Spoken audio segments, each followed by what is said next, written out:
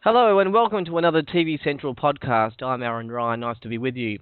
Today we are joined by Andrew Mercado from, pretty much everywhere. You can catch him at theplaylist.com.au where he presents a 5-minute videos a few times a week on various TV topics. Actually, that's Mondays and Fridays. They can also be seen, they can be seen on Showcase Mondays and Fridays at 7:25 p.m.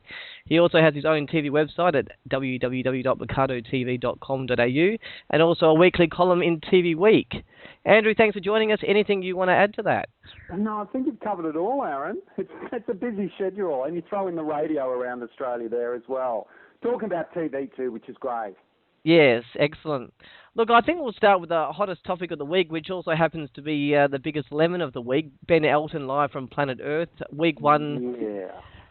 Yeah, saw a rather pitiful 455,000 viewers, and then that slipped to 384,000 last Tuesday. Andrew, is there some excuses for the show? Lower Top Gear lead-in or finding its feet, or is it just a crappy show?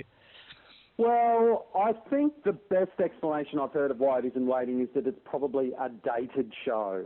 Ben Elton is a comic genius. He's a very smart man. He writes the entire show by himself. Every word, every skit, every stand-up routine, he is penning it all by himself. But I guess, as much as if you go back and look at an episode of The Young Ones that you used to think was the funniest show in 1985, the humour has dated a bit, and the bodily fluid jokes don't go down so well. And you know what? People at home don't care about whether or not it's 100% live, which seems to be the gimmick for the show. Hey, look at us, we're so great, we can do all this live. And it is great to do all that stuff live. It is an absolute achievement. But the average viewer sitting at home doesn't care. They just want it to be funny. And if it's not funny, they switch off, and the skits are a bit hit and miss. I'm sure if you look back at Fast Forward, though, the first episode of Fast Forward, it'd be a bit hit and miss as well.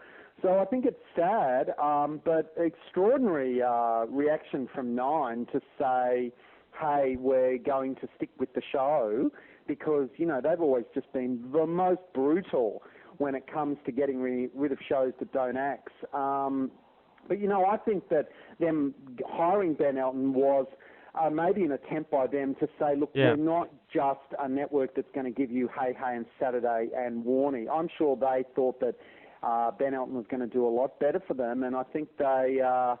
I guess they're going to stick with it a little bit longer, but the signs aren't good, and I didn't like Ben's sort of sniff of desperation that was in the air on the second episode, where he was basically begging people not to turn off the channel, don't go to bed, pull a sickie. All of that was just like, oh, stop it. Would it be fair to say, I mean, this is just my opinion, that the funniest bit about Ben Elton Live was Ben Elton? I mean, his skits were, his stand-up was actually quite funny, but then as soon as they went to a sketch, it went down the toilet. I agree 100%. See, I think those skits would work better if they were done fast-forward style on proper sets, and the show wasn't 100% live. It could still be done in front of a studio audience, but it probably takes 3 to 4 hours with costume changes and setting up all those sets.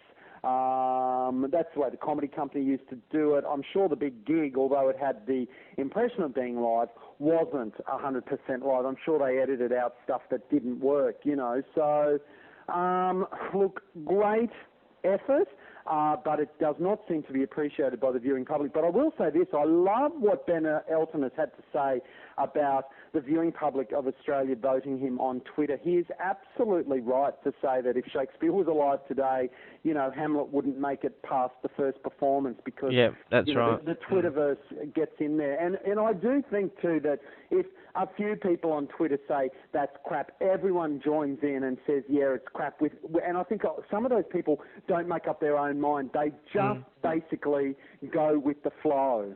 Yeah.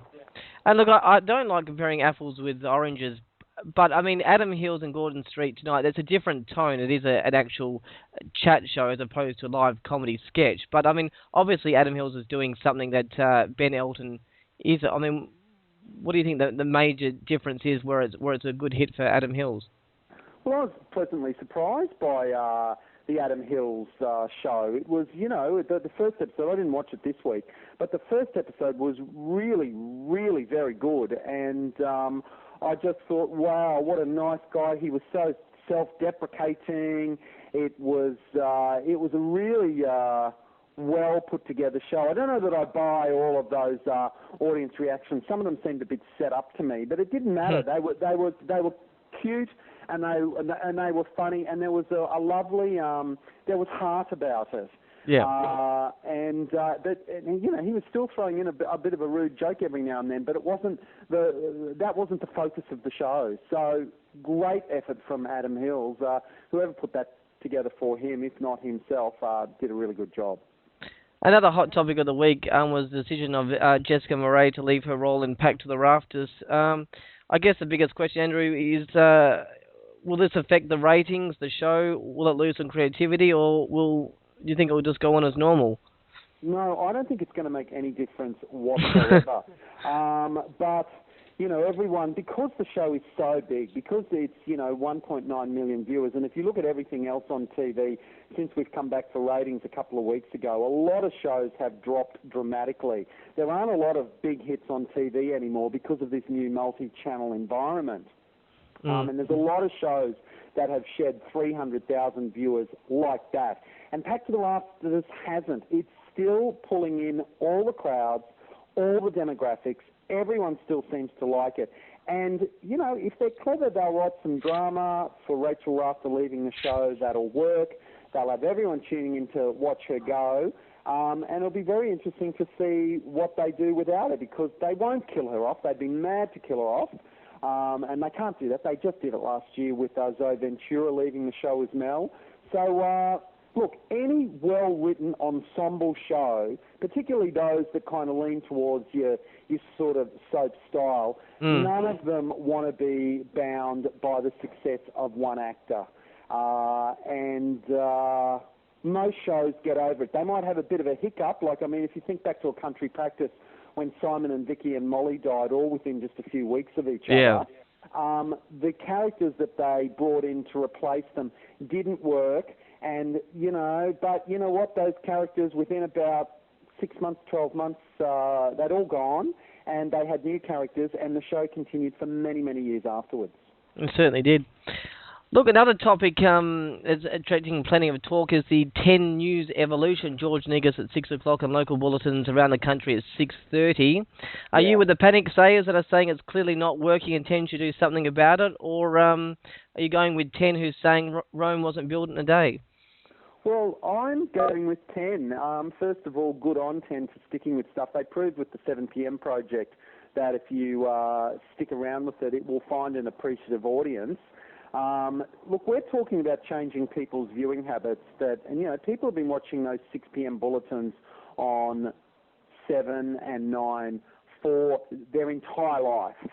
You know, and it's going to be a real hard sell to get them to change. What I find bizarre about it, though, is how news junkies watch what is essentially the same news bulletin at 4:30, 5 o'clock, 6 o'clock, 7 o'clock.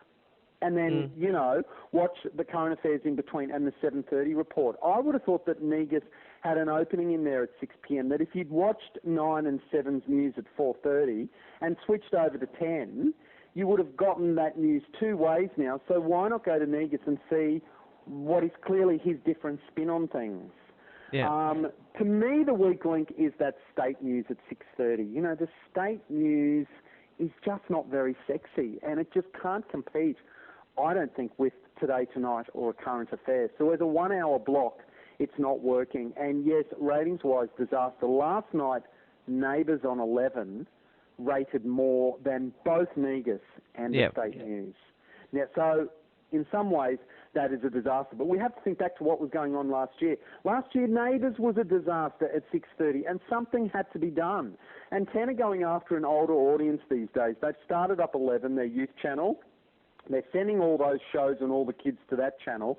MasterChef brought them the over 50s. That's where they want to go. They want to raise their median age. And I think they have to stick with Negus for the long run, because the alternative is repeats of Everybody Loves Raymond again. Well, that's right. They haven't got much up their sleeve, or game shows, cheap game shows, and they haven't worked in the past either. They've got nothing. It'll be interesting to see whether or not they fiddle around with Negus's content, or his set, which some people don't seem to like the set very much. I think that they've really misfired by calling the show 6 p.m. with George Negus, because now they're repeating it at 10:30 p.m. at night. And it's a bit like, hey, it's Saturday on a Wednesday. So, look, I think that it probably needs some fine-tuning, but I think for the short term, for the long term, they really have to stick with it and try and make it work. I thought it was a little disappointing that, it's okay for the public to have their opinion and, we're having a chat about it, but when one of your major shareholders comes out, I'm talking about Bruce Gordon, said that he thought it was a mistake. I mean, that would have to dent 10 a little bit. I mean, if the people on the board aren't backing them as well, that's a little disappointing, I would have thought. Yeah, it'd make you very nervous if you're working in the news department at Channel 10. But, as a board member, and knowing Bruce Gordon, he's probably saying, isn't there some cheap thing that we can put here in its place? Yeah. That's what Bruce Gordon's basically saying. This is a mistake because it's costing money and it's not working. I'm sure we can do something, buy some cheap repeat and really look, board members, I hope, look at the big picture and go, well, cheap repeats only work for so long. And you know what? TV, free-to-air TV, is full of cheap repeats at the moment from America. Every new digital channel is surviving on repeated TV shows from the 70s. So you can't just keep doing that forever. Sooner or later, 10 has to say, we want to play with the big boys, and we have to try and do something that's a little bit more interesting than just taking the easy way out. Well, 6 p.m. going to 7 p.m. now, 2.5 Men. I guess the question is, has a bubble burst? No more 1.2 million an episode. It's sometimes behind the 7 p.m. project now. So those 1.5 million for a new episode, those days could be past us. I have been waiting for this day to come forever. That is a show that I kind of do understand the appeal, but it's certainly not a show that I like or enjoy. And I think that Charlie Sheen's actions are finally starting to have a bit of an effect on his viewership. I think over this past week, these ridiculous comments that he's been making on almost a daily basis are just showing that he's a complete and utter twat. And, although in many ways, Charlie Sheen, the person, is the character that he plays on that sitcom, but those repeats were eventually going to start losing their luster for 9 at 7 p.m. because, they have been playing it at 7 p.m. and the 7:30 repeats, and they've been playing it on Go, and Foxtel's been playing them. So, the value of those is definitely going to go down. And, I mean, Home and Away's having a pretty good year so far. They've promoted the show really well this year by kind of doing these sexy new boys, the River Boys, which kind of, like the Bra Boys with different tattoos.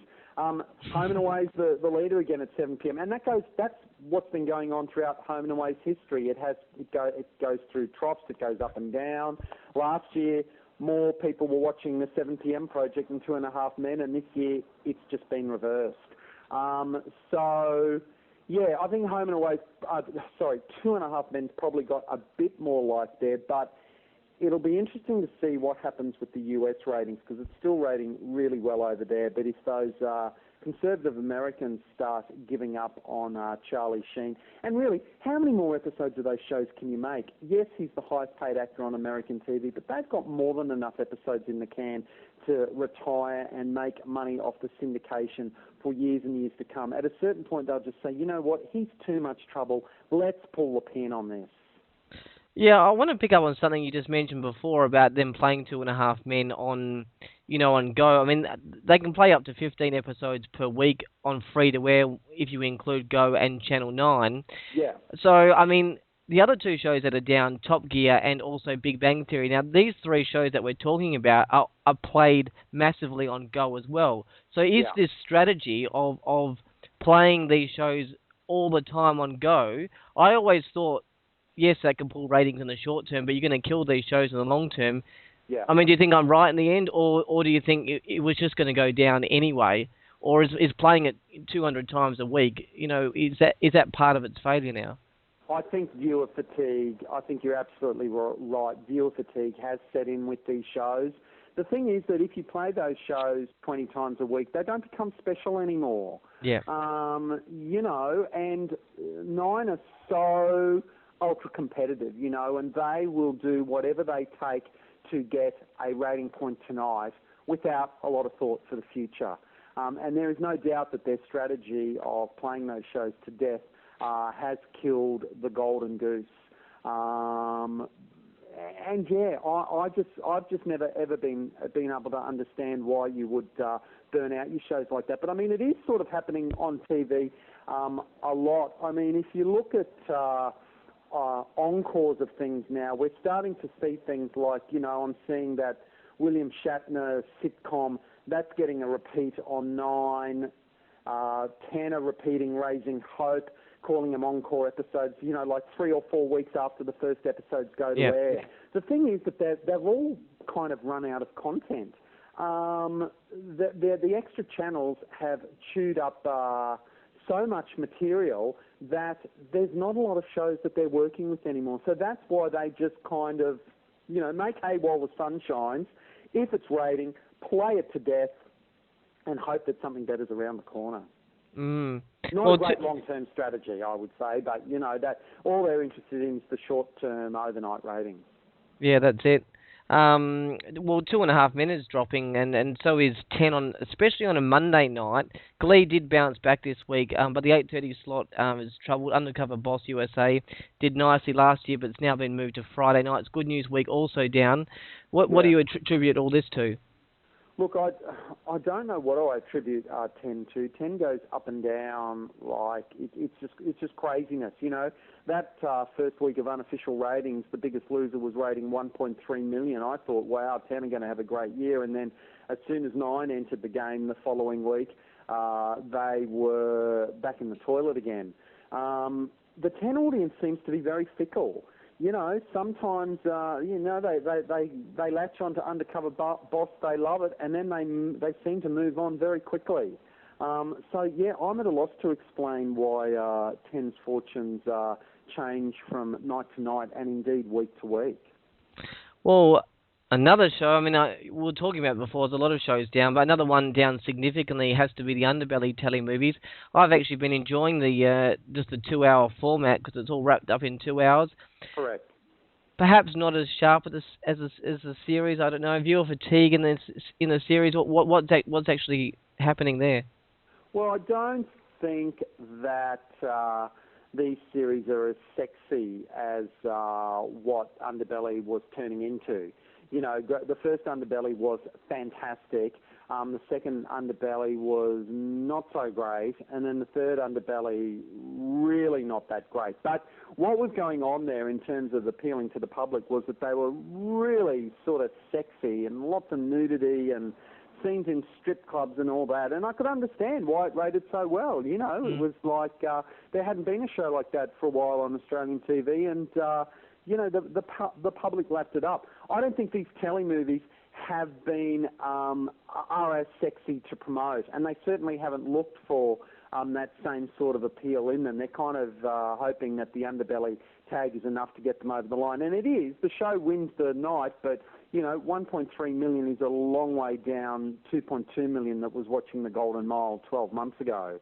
I don't know whether there's viewer fatigue with Underbelly. I think if you find the right story, the viewers will come back to it. But the problem with Underbelly was that the last 2 stories that they picked, I thought that they were running out of material. They didn't quite have enough material for 13 hours, and so they were stretching this stuff out and filling it up with music montages and really kind of unnecessary stuff to make it to 13 eps. So in what you've said is great. You get a much tighter, tauter, more exciting 2-hour telemovie, but ultimately it's not as sexy.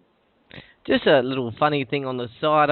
Do you think it's funny that these telemovies and the series have had major Australian stars in all of them, but I think they've actually run out.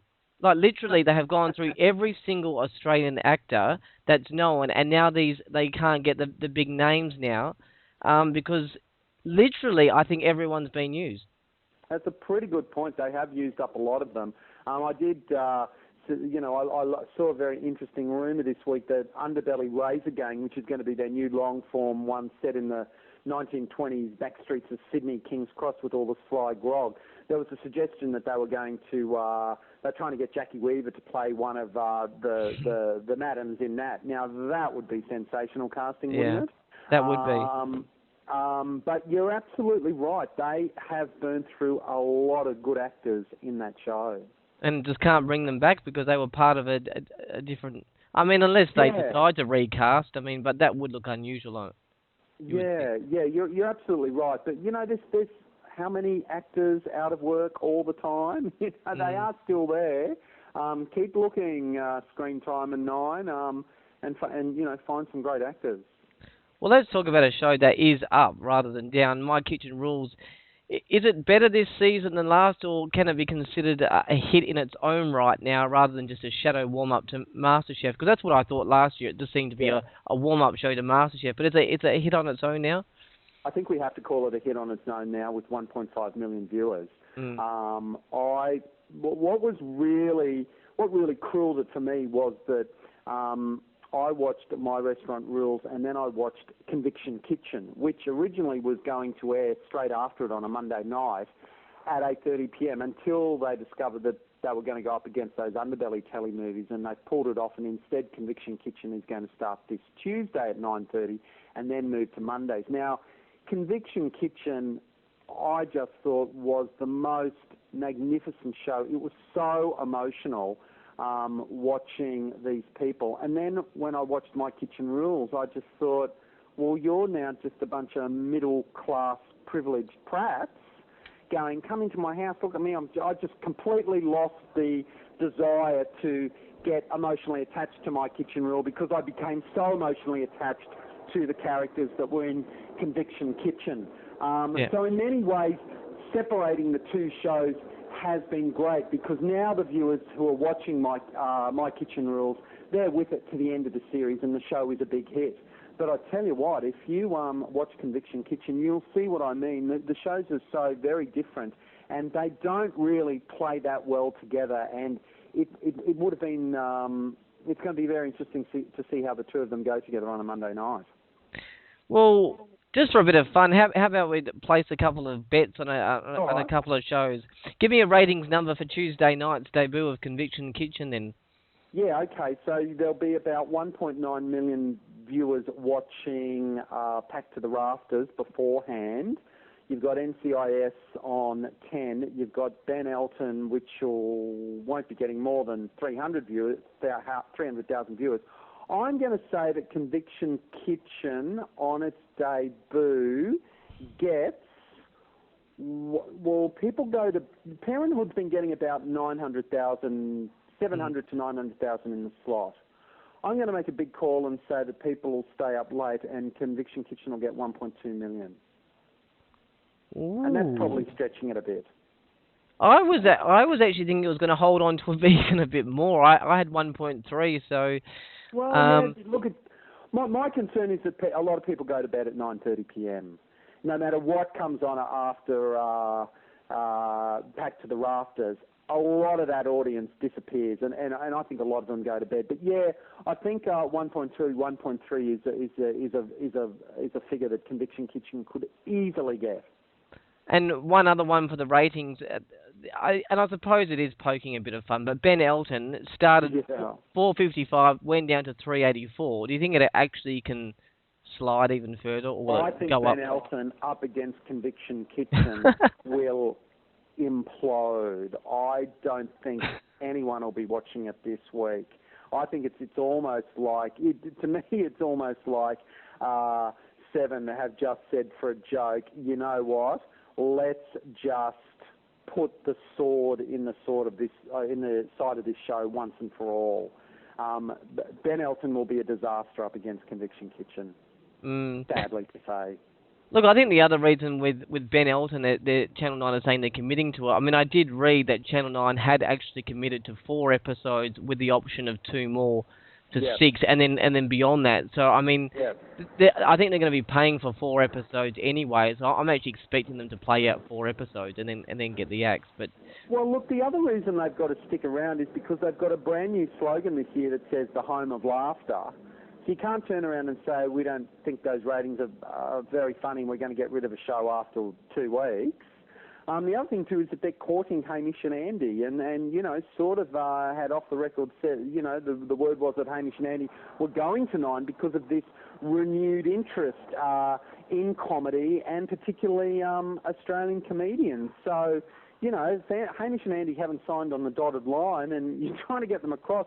You don't want to axe Ben Elton after 2 weeks. I don't know, it's a theory.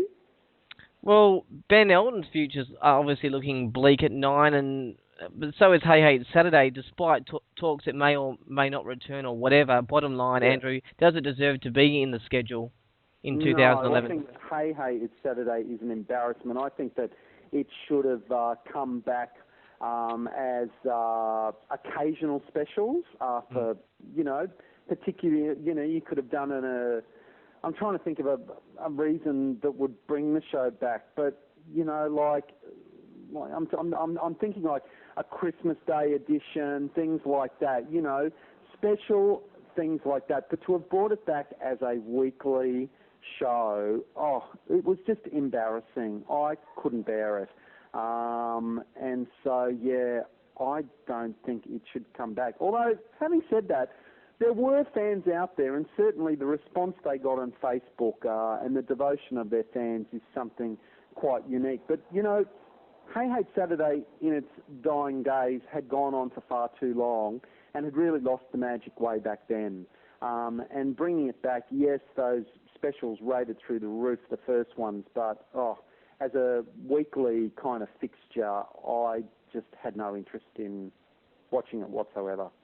I don't know if you agree. I just think at the moment it's actually a little bit embarrassing that that Channel 9 just won't say, look, it's not working and it won't be back. I mean, you keep getting stories from Daryl Summers saying we're still talking to 9, it was still in negotiations. I mean, surely the bottom line is it's not coming back. So I mean, it's not coming back. Daryl is not going to get a weekly TV show in 2011. No. You might as well just say it. But I think it's almost funnier this way to say nothing because then Daryl just keeps, you know, bringing the, you know, notice here that most of the time Daryl's the one doing the talking. So, yeah. You know, Daryl will do whatever it takes to try and keep himself on TV. But really, buddy, give it a rest. Retire. Enjoy your latter years. Put exactly. that Aussie ostrich puppet in the Powerhouse Museum, and let's leave it at that. Totally agree. Hey, look, another show that's future is looking a little bleak, I guess, is City Homicide. 7 have only got 8 episodes up their sleeve. 2 episodes have already aired, so that means there's 6 to go. I guess the question would be, what went wrong with this show? What went wrong was that it was working, and so then every network decided that they should do a police show as well. And we got Cops LAC, and we got Rush on 10, and, you know, there were just too many cop shows then.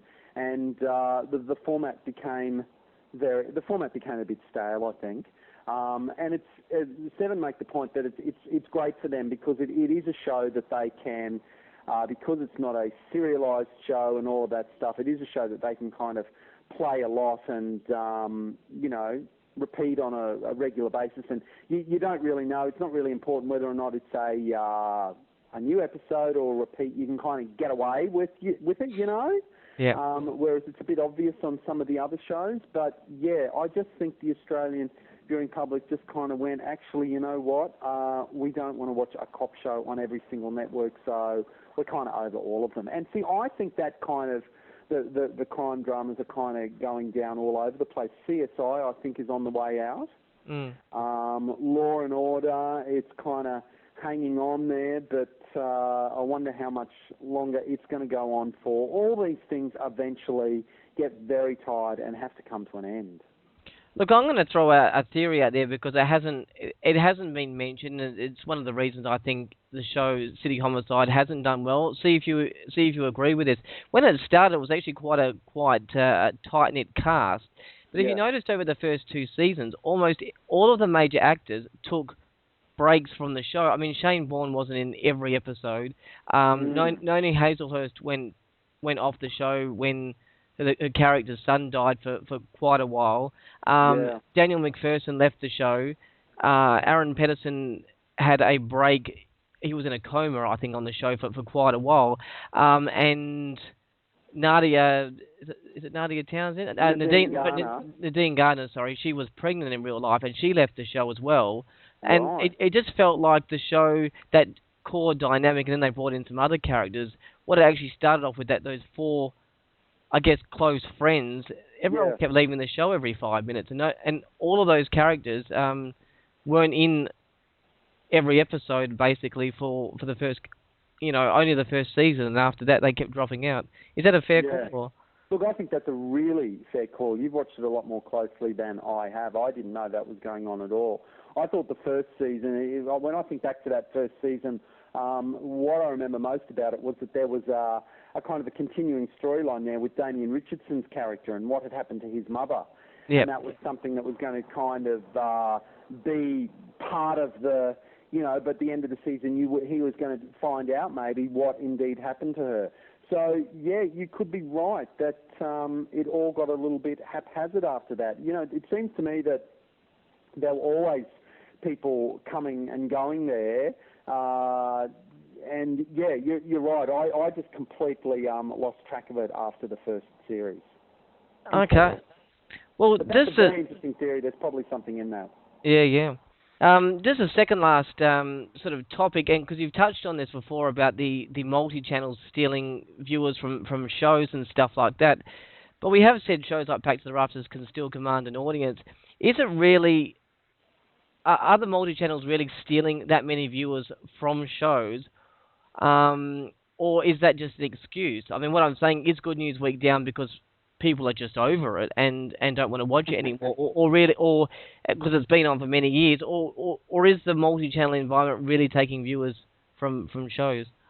I actually think the multi-channel environment is taking viewers away because I don't think that if you actually crunch the numbers that less people are watching TV. I think they're watching just as much TV, but they're just some of them are going, well, I'm going to watch Dexter on 11 rather than Good News Week and things like that. Mind you, I don't think that the offerings on the new digital channels are all that fantastic. But, it's staggering to me that the number one show of the night can be an Are You Being Served repeat. If 300,000 people are going to watch Are You Being Served at 7:30 p.m., first of all, I don't understand that. But secondly, that's going to have an impact on every other show in that 7:30 p.m. time slot. If we'd known that's what people wanted, Aaron, we should have just made UK TV a free-to-air channel 15 years ago. Exactly. All Yeah. people really wanted to watch was British repeats and old British crime dramas, which is basically what 7/2 has become. They've become, almost a British channel, and it's proving very, very successful for them. And I guess those are the viewers that have never had Foxtel, because if you'd had Foxtel, you would really be at the point where you'd say, could I watch Are You Being Served again? I mean, it's been on UK TV, it's been on the Comedy Channel, it's been on whatever it was on the last time, Triple One Hits or Fox Classics or wherever it got sent to the last time.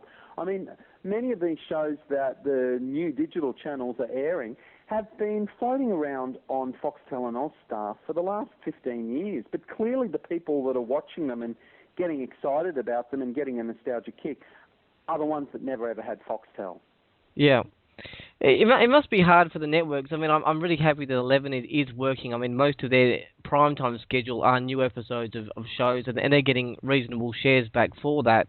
Yeah. But, I mean, I can't stand Go's schedule because they keep pulling things out and putting Two and a Half Men in and getting rid of their shows that have got fresh episodes and things like Yeah. that. But what is someone like Go supposed to do when they'll put on something like V or Fringe, which is new, and they're Yeah. fast tracking it and getting 130,000 viewers And for it, people and can't watch it. and then over on 7/2, as you said, a Heartbeat episode will attract 300,000. So I mean, what do you expect Go to do? It's very, you're in two minds. Well, hang on, Go. Yeah. You could be showing something new. We want some new product. We don't want these old reruns and stuff like that. But then they put on Yeah. fast tracked V, and it gets a third of the audience to Heartbeat. I mean, what do you do? Look, I know it is crazy, isn't it, that a show like V and Fringe can't find an audience. But what I really like to see is, I like it when, if a show isn't working, that they just keep playing it out, but they just move it later at night. That to me is always the better thing to do than to take it off midstream and just expect that the viewers are going to come back and find it in 6 months' time when they decide to put it back on air. It is very, very frustrating, and I try to do all of my TV viewing not by downloading them off the internet, which would be a hell of a lot easier to do, and not by watching the DVD box sets. I like to watch everything when it goes to air in Australia in sequence. And you can watch a series on Foxtel and it'll be there at 8:30 p.m. every night. They say it's going to be there until the end of the series. But on free-to-air TV, there's a pretty good chance that it's going to get taken off or moved to a later time slot. And at least if they move it to a later time slot, you can say, okay, well, I'm still there and I want to watch it this week. I just have to stay up another hour later or set that, IQ guide. But, keeping viewers like me happy are not priorities for the network. If they realise that, it's getting to that time of the week and they're going to fall badly behind, then they're going to rip off a show and stick in a repeat of Mean Girls and hope that it fills the gap for them. Yeah. A point that you just mentioned about the downloading of programs, though, this is one thing I hopefully you can explain to me because I don't understand. The networks say that on their catch-up services that they have, there's evidence to show that that's not taking viewers away from the actual series. Right. The thing I don't understand about that is I watch, for example, Media Watch on iView, and generally I'm out on Thursdays, or even if I am home, I just watch, Desperate Housewives and Grey's Anatomy on the weekend.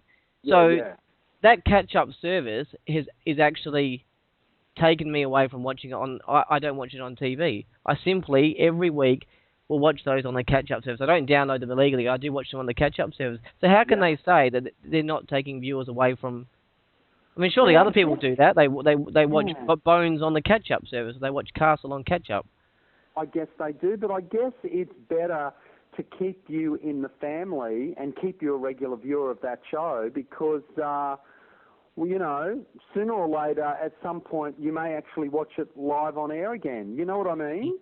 It's better to actually provide that catch-up service and keep you watching Desperate Housewives because we all know what happens, that if you miss a few episodes, there's a pretty good chance that you're going to give up and never go back to the show. Yeah.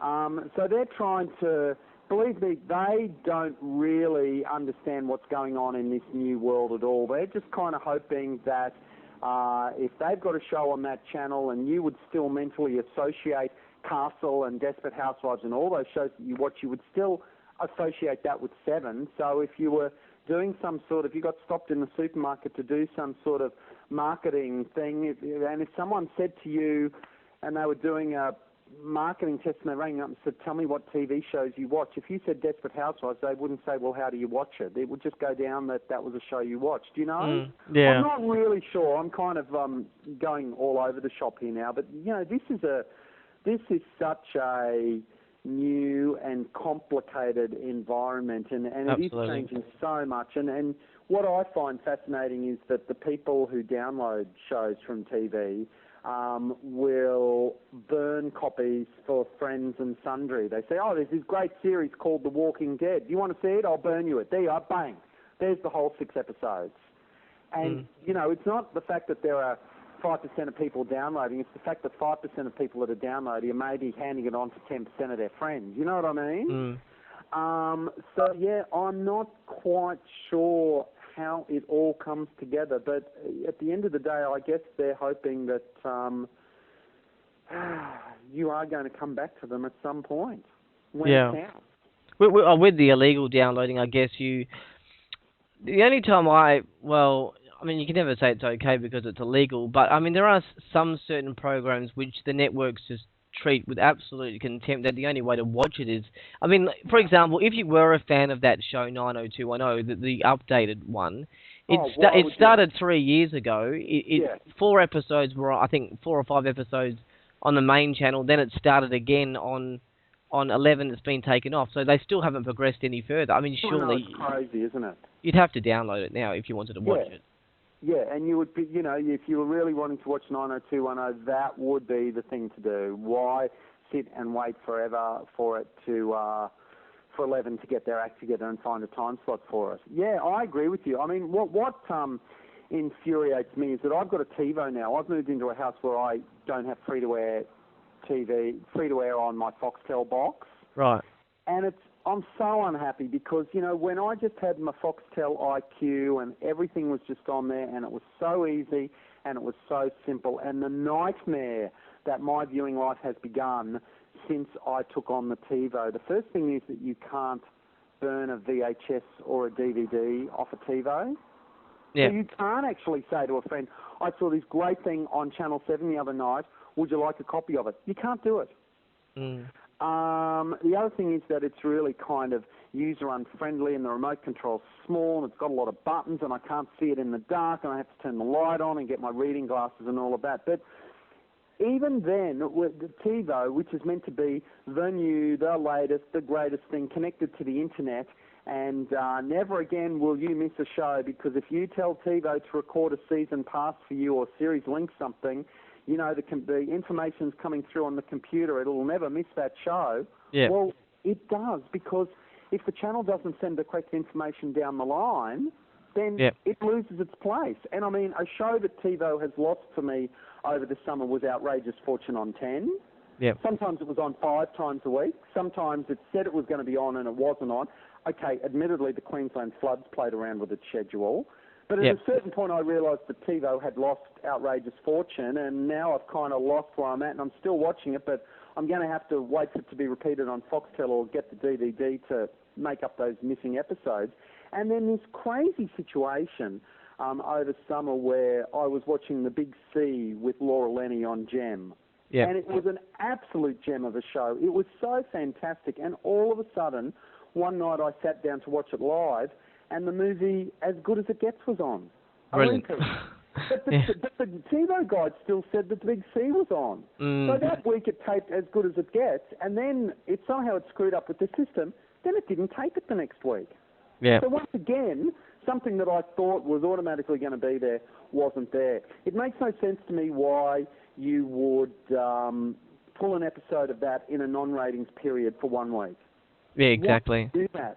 Why would you do that? A series that, you know, 100,000 people are watching. You know what? The 100,000 people that are watching that show were loving it.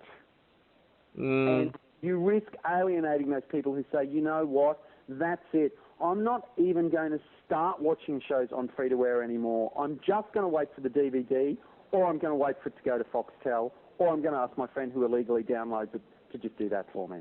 Exactly. We have options now. Gotta get these letters in to TiVo and Foxtel too. Craziness. Look, we both love TV. I actually, we could talk for at least the next couple of hours, but I know you've got things to do. So thank you so much for joining us at TV Central. But tell us what's coming up on the playlist.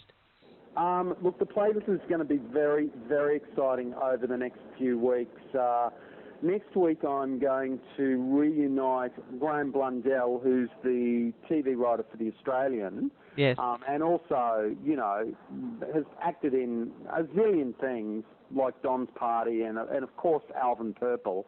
I'm going to reunite him with a couple of actresses that he worked with in the 70s, and I'm going to So Deborah Gray, who he starred with in Best of Friends and Pacific Banana, Yep. they're going to review a TV show together. And then Candy Raymond, the great Candy Raymond, who was in Don's Party with Graham Blundell, they're going to chat about Prisoner, which Candy was in and Graham wasn't. And it's one of the few TV shows that he wasn't in.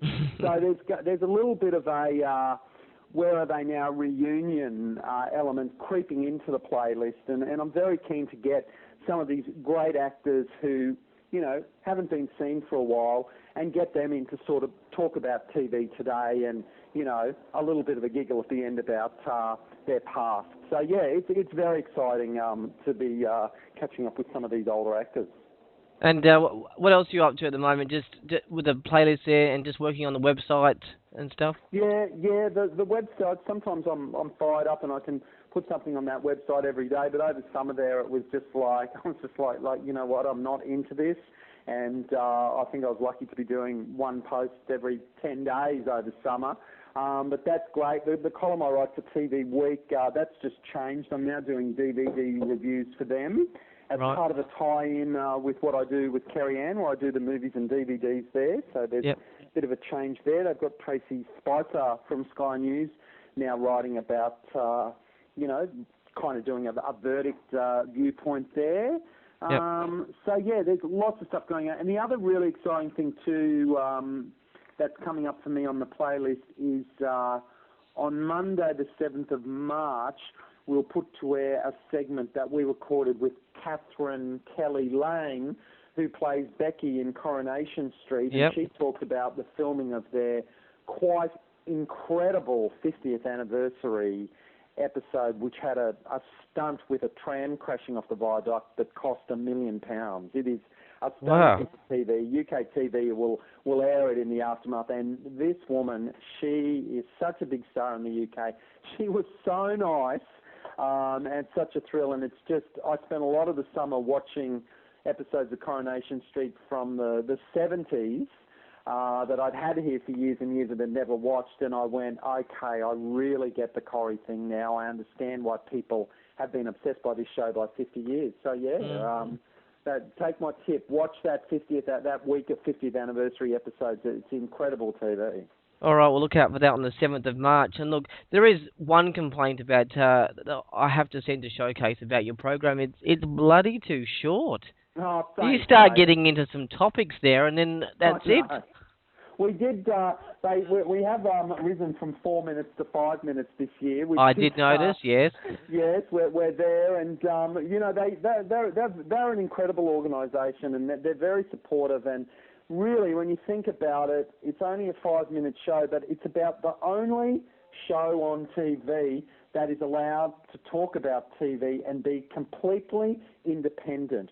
We can go on that show and say that a series that's screening on Showcase we don't like, and I don't like Sons of Anarchy, and I'm not a big fan of the United States of Tara anymore. I'm allowed to go on there and say that because they understand that in a world of 200 TV channels now, there's no point in everyone just putting promos on that say this show is fantastic. They would rather have a group of people who love TV talking about a show, and someone will like it and someone won't, but the viewer will get curious and decide to go out and make up their own mind. And I think it's great that we're allowed to be on Foxtel and talk about free-to-air TV. I know that doesn't make some of the executives in Foxtel happy, but, I think it's great that we're allowed to speak our mind and say what we like it, because I think it's a lot more powerful if we're allowed to be totally truthful 100% of the time. When someone on that show says, I love that show, they're not making it up. It's not PR spin. Because none of us are under any pressure to keep our networks happy or, let's not offend that person or something. At the end of the day, it's just TV, and I understand, having worked on shows in the past, people put their heart and soul into a show, and for someone like me or, someone from TV Week to get up there and say, I didn't like it, I thought it was crap. It must be gutting to hear that when you've put your heart and soul into it. But at the end of the day, you have to say, you're sitting at home, did you like it or didn't you like it? You can't you've just got to tell the truth and say it like that. So, ultimately I know I piss people off, but I like to think that somewhere along the line I'm pointing out to other people, this show's really interesting. Give this show a go. We really like this show, and, hopefully the integrity of it comes through. Exactly. Lovely. You can catch Andrew Mercado on the playlist on Showcase Mondays and Fridays at 7:25 p.m. and the episodes are uploaded at a later time on the website, which is theplaylist.com.au. As previously mentioned, Andrew does his own website at mercadotv.com.au and also has a column in TV Week, plus of course the radio stuff and Kerry Ann. Andrew, your love for TV always shines through. It's been fantastic having you here on this podcast. Thank you very much. Thank you, Aaron, and thank you so much for inviting me on. Absolute pleasure. No worries. Andrew Mercado, TV expert, TV guru, and TV enthusiast. That is all for this podcast. Look out for the new episode real soon. Until then, I'm Aaron Ryan for tvcentral.com.au. See you then. Okay.